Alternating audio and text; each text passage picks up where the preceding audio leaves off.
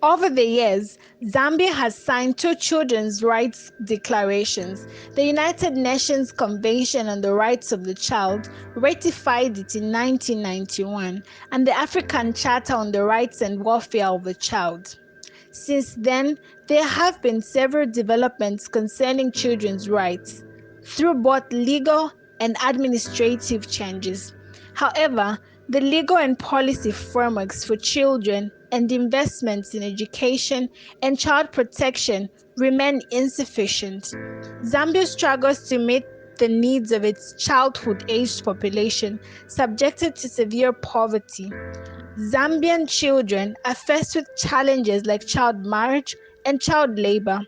A report by UNICEF indicates that the number of children in child labor has risen to 160 million worldwide, an increase of 8.4 million children in the last 4 years, with 9 million additional children at risk due to the impact of COVID-19.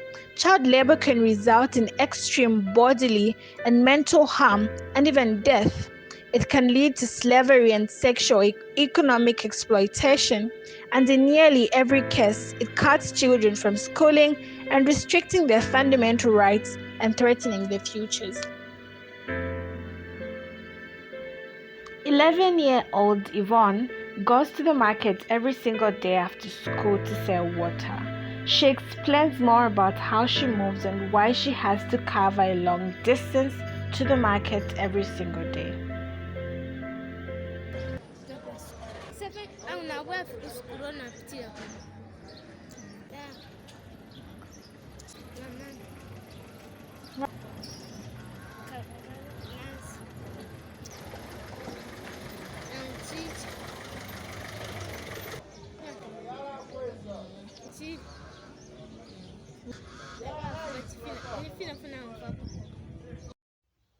Gift sells water in the same market as Yvonne.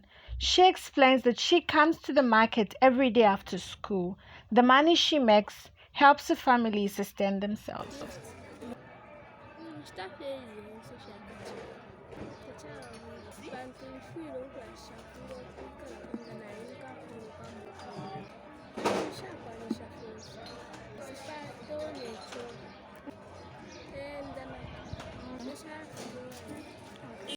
Protecting children's rights is crucial to the survival, health, and well-being of Zambia's new generation.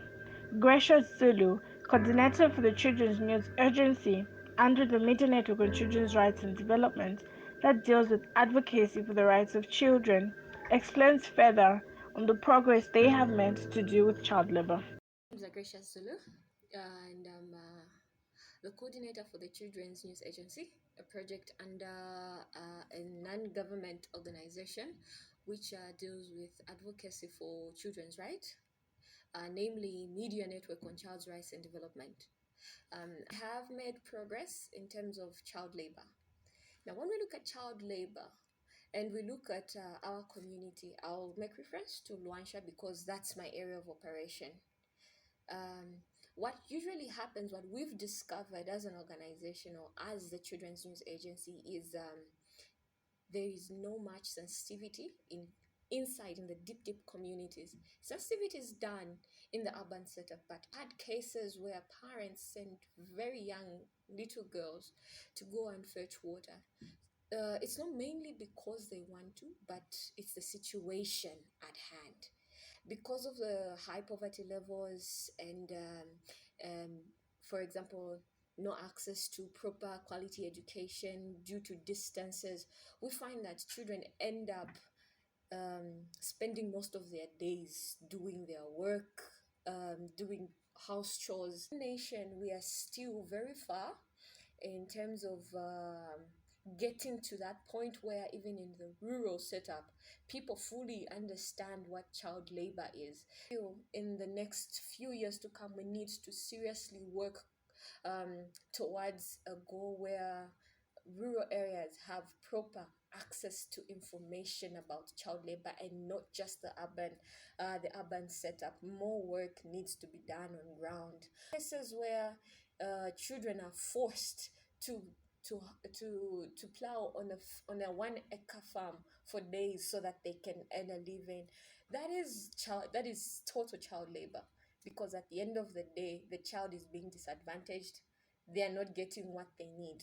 They are spending half of their day, instead of learning, they're spending half of their day working to survive. So more needs to be put in place, not just policies, but also I feel recreational activities will help kids understand better about child labor. And more work needs to be done to protect the well-being of Zambia's children. Hellen Mbazima reporting for the Lands for Community Action.